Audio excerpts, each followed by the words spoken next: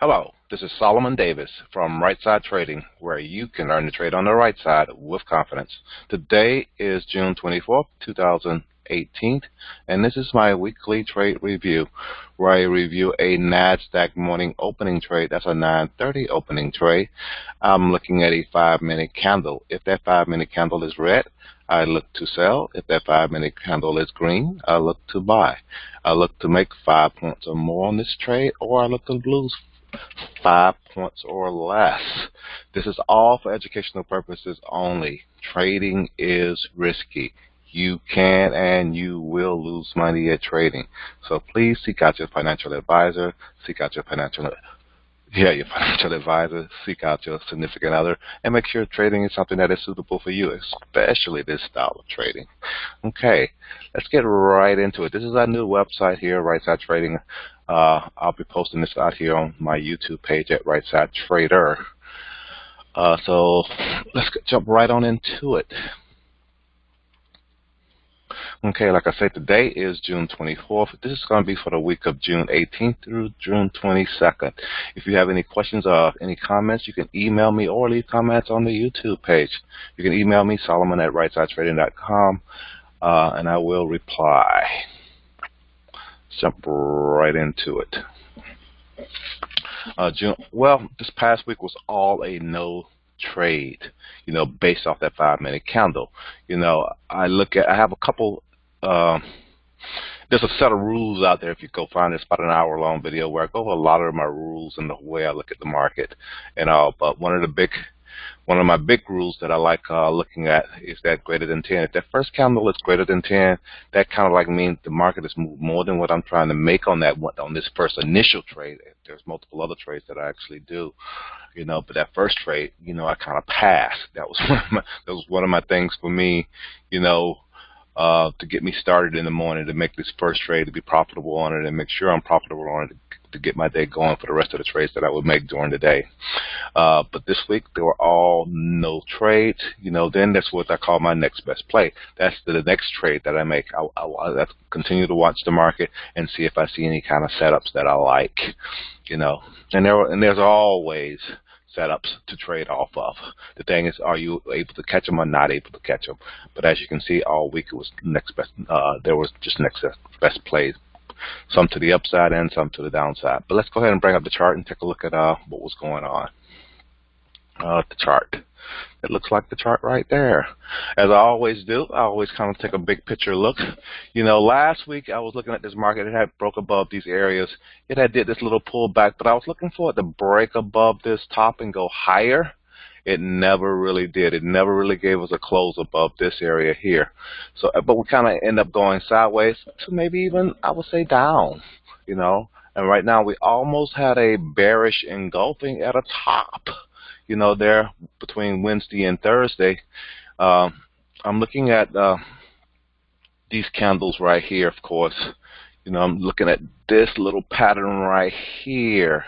That's almost a bearish engulfing, and we did almost get confirmation of it. But my little levels that I had drawn on here from before, that I was kind of looking for the market to, stay above. It did kind of stay above. It got down here in this range, so it's kind of like a no trade for the long or term trade, that I would want to do on the Qs. I never really got an entry because I never really got a close above here based on the style that one of the trades that I'm actually trying to do these days.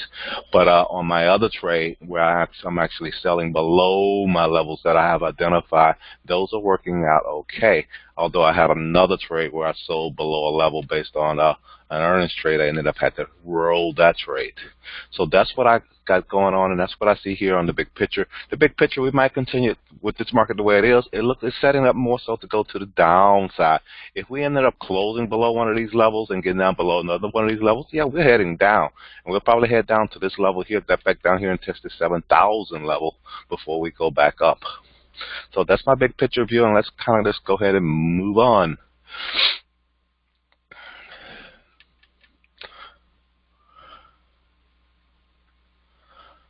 Boom. So now Monday. Let's get to Monday. But this was Monday, like I said, all days was greater than 10. Then there was next best plays. And look at the nice thing about having ranges set up where you've identified levels for the market should play you see them play out. So, and that's why you see me certain lines. I get on my chart and I let them stay on my chart for a week or two until those lines become no longer significant. But as you can see, these lines are significant and just happen to be. But can you trade a 5-minute candle? That's the other questions there. But as you can see, and then this is the future market. You don't have to wait until 9:30. You saw this market pop here and couldn't break that level. Came up here again before the market opened and couldn't break that level, based on maybe the supply over here. And then that market came here again right on open and slammed straight down for over 10 points. If you can trade a 5-minute candle, be in and out, and don't get greedy on these trades, you can do pretty well. And that's the thing. That's why I only shoot for 10 points a lot of times. It's all based on what's the market going, especially on that first 5-minute candle. It's only 10 points. I'm just trying to get that little snap that happens in that market on opening and around opening and be done. I'm usually done with that trade sometime before 10 o'clock, within the first 30 minutes of the market, sometimes within the first 10 minutes of the market. That's how that trade actually works. But the next best play, as you can see, it was to the upside. It came down here to this area that we had identified before. We got a nice candle pattern here, to actually play off of. So this is very clear to anybody and everybody who's studying candle patterns, who look at the market, that this was a nice play to actually play off of this. Although you would have had it's not even that big of a stop. It's almost a 10-point stop. It's all according where you got into this trade at. You would want your stop to be somewhere down here below this area. That's all. But that was a nice play on to the upside, as you can see. And that's all I really wanted to identify there. But I'll let you kind of look at it. So it kind of just played on out to the upside nicely. Let's move on to the next day. And this is another, as you can see, big candle. And again, when I'm talking big candles, everybody should know by now.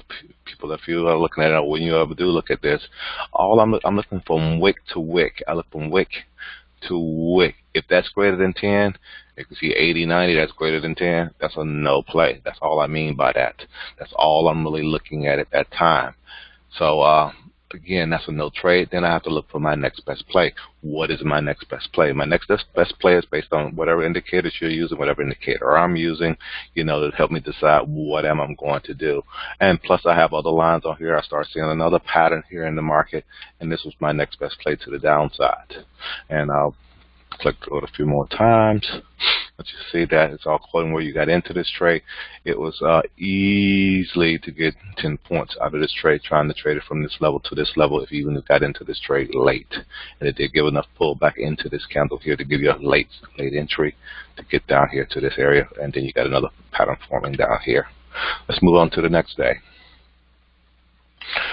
Wednesday, another greater than 10. Above pivot, above yesterday's high, stay above yesterday's high to the upside. Let's play there. Here, another greater than 10 on Thursday. And this one right here, we kind of we was doing that same topping pattern. We've got a same push down on sellers there. We got a follow through on that. Then could you actually play this thing to the downside? Was that enough room for you to make some money there? That's close to 30 points, 25 points. It literally went 30 points if you go all the way looking at this wick also. It's all cool where you brave enough to take this trade when it did make its pullback to play it to the downside. And it would have been a 5-minute or so trade, because then it did bounce back on you. So let's go to the next day, Friday. Another huge candle.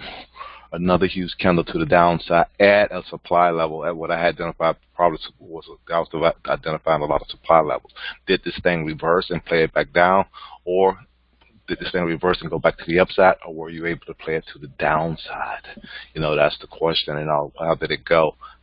Were you able to maybe play it again off of this supply line and on down? And again, looking at this, that's 30 something to back down to 7,200. So again, that's over 30 points you're seeing in between here and here, if you were able to play that to the downside. And that's all that was the week. Again, let's bring this back up. Let's minimize this. As I said, it was all no trades. So next best play to the upside, some next best play to the downside. And it's all based on how you play it, how your indicators got you into those trades. Virtual trade. These are not trade recommendations. This is all for education. Learn to virtual trade where you can see this market. Learn the virtual trade so you can get some indicators, use some indicators that can actually help you out. I usually like using pivots. I like identifying areas in the market, and I do have a couple other ones that I like using on my charts. If you'd like some help with setting up your platform to trade any of these indexes, or any stocks, just contact me and I'll help you with that. How I look at support and resistance, how that works out, and stuff on how I look at support and resistance in the market, different candlestick patterns that you just saw. We did see a big one in just this week, that one that I like. How I go about selecting options for day trading, if you want to actually day trade options. If you want to day trade the futures, future market is actually really better when you start getting this little volatility. It seems like we're getting a little volatility in the market. The future market is actually a better product to trade when you start getting volatility in there instead of options. Options, you want to sell them. That's what I've been doing here this past week, is selling options, selling some spreads below the market. I'm still always bullish, but I just try to make sure I'm far enough out of the money and give myself enough time to be right, and only expecting so much on it. I don't look to get 100% on these trades. A lot of times I'm only looking to get 50%. And then we actually do some live practicing on these trades, trading style. Right now, swing trade, swing trade, future market, selling options. Volatility is a little high right now, getting back up there, so be careful, be careful, be careful. Again, that's all I really have. Again, this is my weekly trade review for the week of June 18th through June 22nd. If you have any questions or like to learn more about this style of trading, about trading, period, just contact me, Solomon, at rightsidetrading.com, or contact info@rightsidetrading.com. Guys, have a great week and have a great, weekend, what's left of it. Talk to you later. Have a good one. Bye.